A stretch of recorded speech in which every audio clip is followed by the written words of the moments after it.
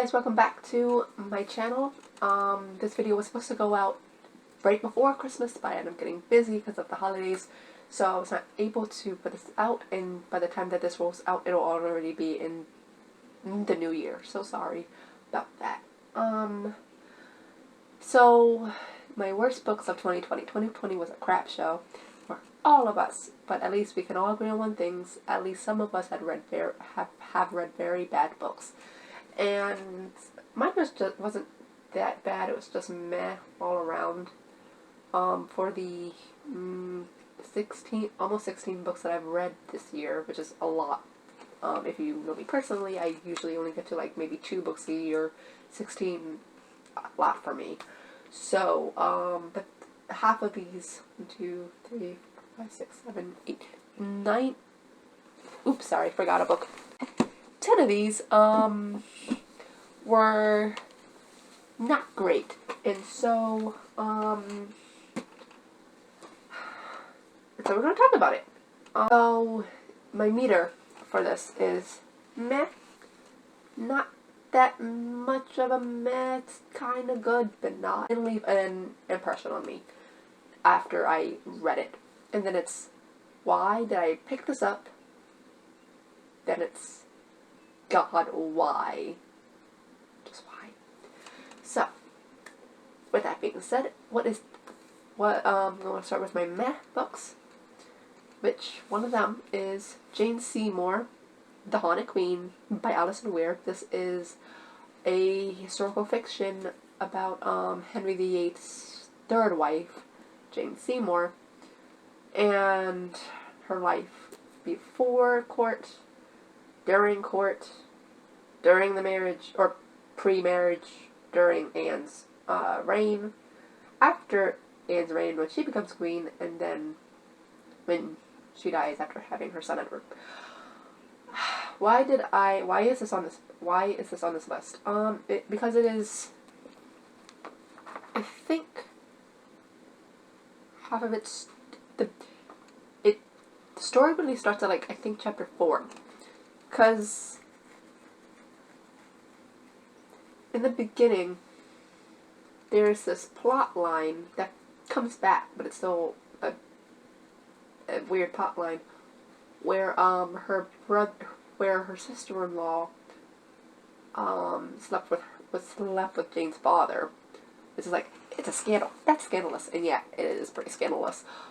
But it was just maybe 50 pages of that, and it was just that, and it was Jane wanting to become a nun, but then she got cold feet, and then she came back home, and then ended up being, it was just boring for 50 pages, and it's actually put me into a reading slump. Some of these did actually. This put me into a reading slump, which was crazy, because right before this I read a really good book, which is going to be on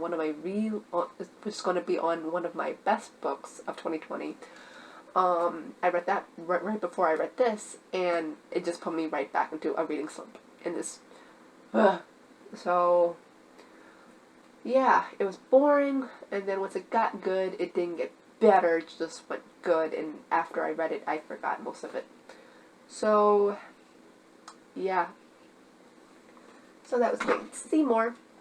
That was one of the meh books. A second meh book is another historical fiction. I have a lot of historical fictions on here because I read historical fiction. So if you don't like historical fiction, sorry. The second historical fiction I have, which was just meh, was Con Ogodin's War of the Roses, Stormbird. This is about Derry Brewer, who is a spy master for King Henry V. This is also about Margaret of Anjou, who later marries Henry V. And it's about it's about a third character as well. I just forgot his name. And just about them getting through the War of the Roses. Oh, it's about Jack Cade, and he starts a rebellion, the Jack Cade Rebellion, and it's just it's it's not that this left a bad taste in my mouth. It's not that it left a bad mark on me. It's just that by the end of it, I remembered like maybe 3 scenes that I liked from it, and it really needed another editor on this, because there are a lot of paragraphs that could have been cut altogether or cut in half or condensed. And most of this could have been condensed. Like this is kind of big. This isn't City of Brass or Rage of Dragons big, but it's a good size. But I think it could have been a lot smaller if most of the paragraphs were condensed. It also needed a heck of a lot of commas. But yeah, it was meh. The third meh book I have is All Is Fair by D. Gerritsen. This is about a woman in World War One, who gets a ciphered letter from her father to come home. And she later ends up following a friend to Germany to give him a letter that is also deciphered, and it was really she did some things that, like, yes, granted there were women as spies in World War One, but I'm sure that neither of them got through the basis like she did. She got through those bases way too easily. But she was wearing a uniform. She had actually, I believe she had stolen someone else's badge or something like that, and it was she shouldn't have gotten away with it that quickly. And the romance was also, it wasn't forced. It was just they came at it at really random and really bad times. It was, yeah, but. And yeah, again, and this was another book that didn't leave a memory after I read it. The only thing that I did like is if you see on the cover, it has like deciphered letters. And what I like about this is that I kept and it's like all through the book. It's like all through the book. It's like all through the book, and it's these same letters, same numbers, and I found that the circled numbers are the key numbers to the book's ISBN on Amazon. So I found that really, really cool. But it's just I found that cool. But yeah, she also drives a plane, which she doesn't know how to drive a plane, by the way, and it's so yeah, meh. The fourth meh book on my list, which okay, so I'm getting out of the meh book into the meh books, and I'm getting into it's still meh, but it's not bad, but it's not great either section. And that one is An Assassin's Guide for Love and Treason by Virginia Boker. I remember seeing An Assassin's Guide to something. No. It was The Gentleman's Guide to Vice and Virtue. I remember that being on BookTube a lot whenever it came out, and I saw this kind of a little bit. I think I saw this on. I really want to say I saw this on Haley and Bookland's YouTube. I could be wrong about that, but I picked this up. I bought majority of these books on Book Outlet. I really recommend book outlet for cheap books. And so I saw this and I was like, okay, this seems cool, this seems alright. And it was, when it was this guy's part, Toby, when it was Toby's part, it was amazing. I loved Toby's part. I kind of wish it was just all about him. But no, we switched back and forth between first person dual point of view, which if you guys know me, you guys know that I'm not a fan of first person. I used to abhor it a lot, before reading a lot, but now I'm just like, it's not my favorite.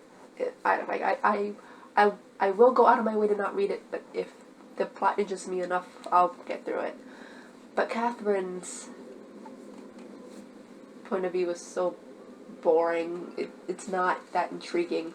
So the story is that Catherine wants to avenge her father, who is a Catholic, or was a Catholic, who got killed during a Catholic raid, because the Catholic Inquisition was going through Tudor England, Elizabethan England at that time. It's 1601. Elizabeth died in 1603.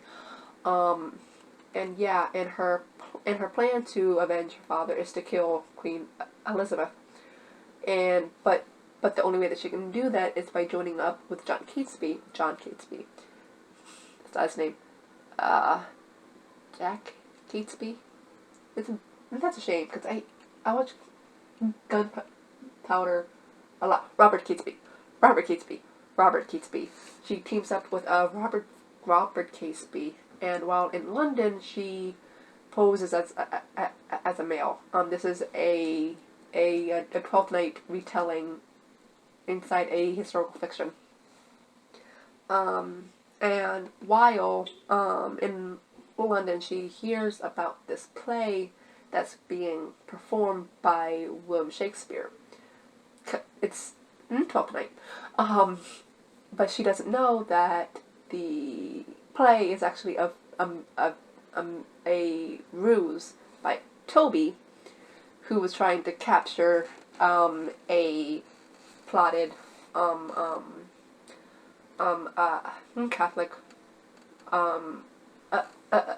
assassin. It's her. And so what I do love about this is the bisexual representation, which is Toby. He ends up falling for both Kit. He ends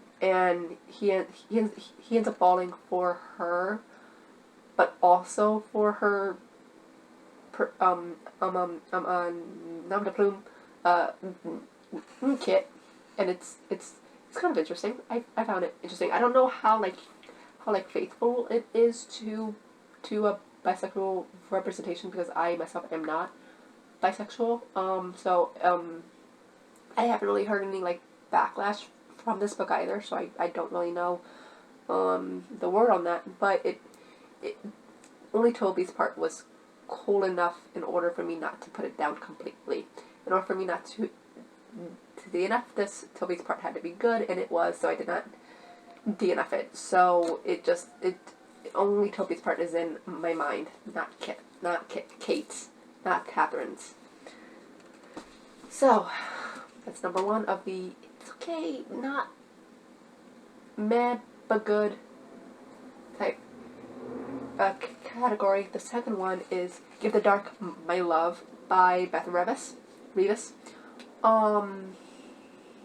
This is about a woman who goes to an alchemy school, and ends up learning necromancy, and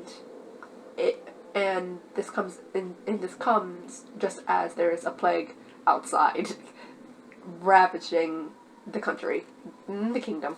And this is like a topical time, you know, to read about plague books. And she ends up finding a solution to it, which is through necromancy. And this really would have been on my best list if it wasn't for the ending, and I think the ending is the reason why it's on this list. Because it is not only is it a cliffhanger, it is it's not even a cliffhanger, it's an unopened ending, and I don't like unopened endings when there's when there isn't a cliffhanger to it. I think this is the only book I think this is a standalone, which if it is, that's a shame, because I actually do like this book.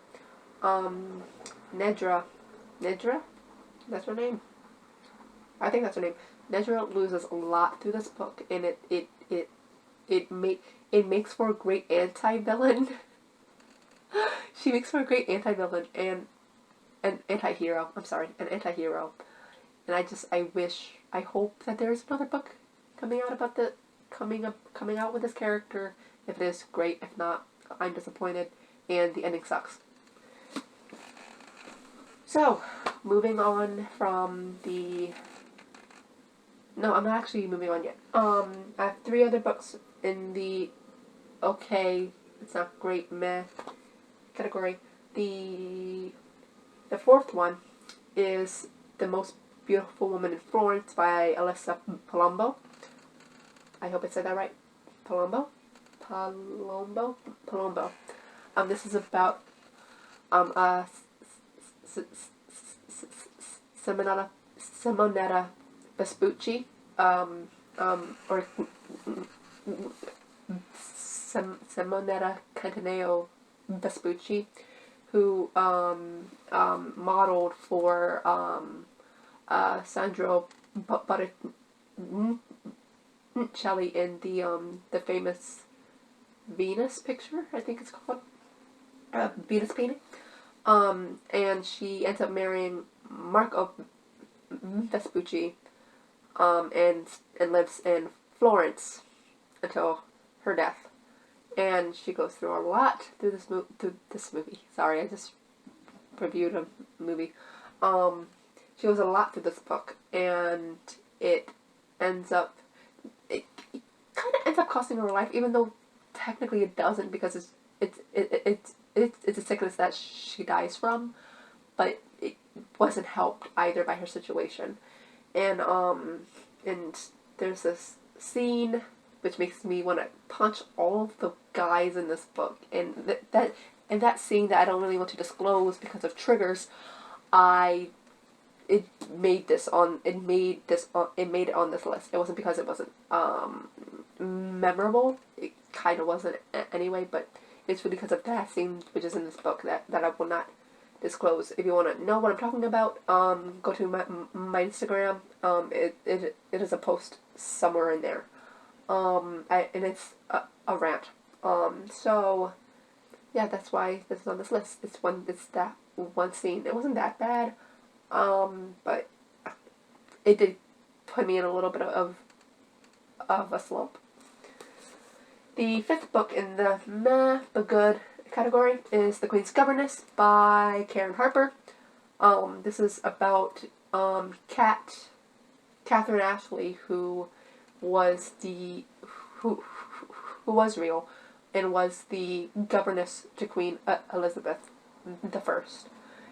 And another part that just makes me want to punch all of the guys in this book made me put this on this list, and it was also because the romance in this wasn't really touched upon, which I really think it would have been better if it did. And yeah, I don't want to disclose any of these scenes because of triggers, and I did not make a rant on this. Although if you want me to, on my Instagram, I will. But that's like a big if. And yeah, it just wasn't memorable enough.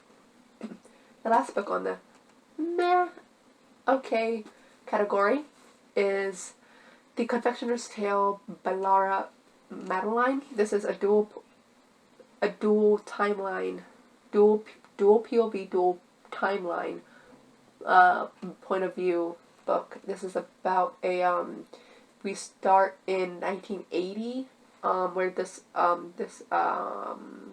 master's student is in Paris, and she wants to write her thesis about this painting that her grandfather wrote about. And we get, and the other point of view, and she wants to do this before, and she also wants to clear her grandfather's name, because of a journalist who has information on her grandfather's reputation. And the other POV is about this man who works in France, Paris, France, and then comes across a confectionery, and falls for the confectioner owner's daughter, and that sparks some scandal, because aristocratic poor doesn't go together. So this book says so forbidden love stories say. If you guys didn't know, I love forbidden love stories, especially in period stories. So if you guys know any, please let me know of any down below, because I'm looking for it fervently. I want more. But this one wasn't memorable enough, and it wasn't intriguing enough for me to put it on the best list. I did finish it. It was it's a good beach read if you just want to sit on the beach or at the pool and read, or if you're on a road trip and you just want to be in a different time period for a bit. This is a good read for that, but for me it just wasn't the best. So we now get to the one book on the why did I pick this up list, and this is a book that I did a review on, The Bourgeois Bride by Jean Calogridis. This is about Sancha of Aragon, and her marriage to Pope Rodrigo Borgia's illegitimate son, Joffrey, something like that, and her tales. Let's say that her tales with Joff's half older brothers, Cesare and Julian, something like that, and yeah, and it again, it has a scene that is triggering that made me put it on this list. It's not that it's triggering for me. It's the fact that I'm sick of these stories always having these triggering plot lines that doesn't need it. And especially when it's something like this, where I don't even think that it is historically accurate. Like, it's fine. Like, I'm not a historical accuracy stickler. I'm really not. But it's just when you put in things for plot line, but it doesn't further the real person's story. But it doesn't further the real person's real life story, but it furthers the plot that you're putting the character in. What's the point? What's the point? Unless, no, not even unless. What's the point? And it has that, and it just, no. I have a review on this that does go into the scene that I'm talking about, so if you guys want to know about that, it's on my channel. And the last book of this video, the Why God Why, is a book that you guys are actually going to be surprised about unless you follow me on Instagram. And that is Jane Austen's Pride and Prejudice. I'm probably going to get some hate on this. It's very, very pretty. It's very pretty. I love the cover. However, the content 60 pages of nothing. 60 freaking pages of freaking nothing. It's nothing in this book. There's nothing in this book that it would make me want to reread it ever again. In fact, I would rather watch all of the movie adaptations than read this book again. This book took me 3 months to read with the audiobook and me reading it along with the audiobook. Me physically reading it with the audiobook. It took me 3 freaking months. No, I'm not. No, this book is not good. Okay, so that's my rant. So, honestly, this is like the maybe the only book where I can say that the movie is better, that the adaptations are better, because I can watch the 2005 adaptation all the time. I can watch the 1994 and the 1998 version all the time. I can watch those two all the time, but reading it, nope. So guys, that is my top 20 books. Sorry, my top worst books of 2020. If you guys, if you guys want to support me, go like and subscribe to me. All of the positivity in the world. Go and make it. Bye.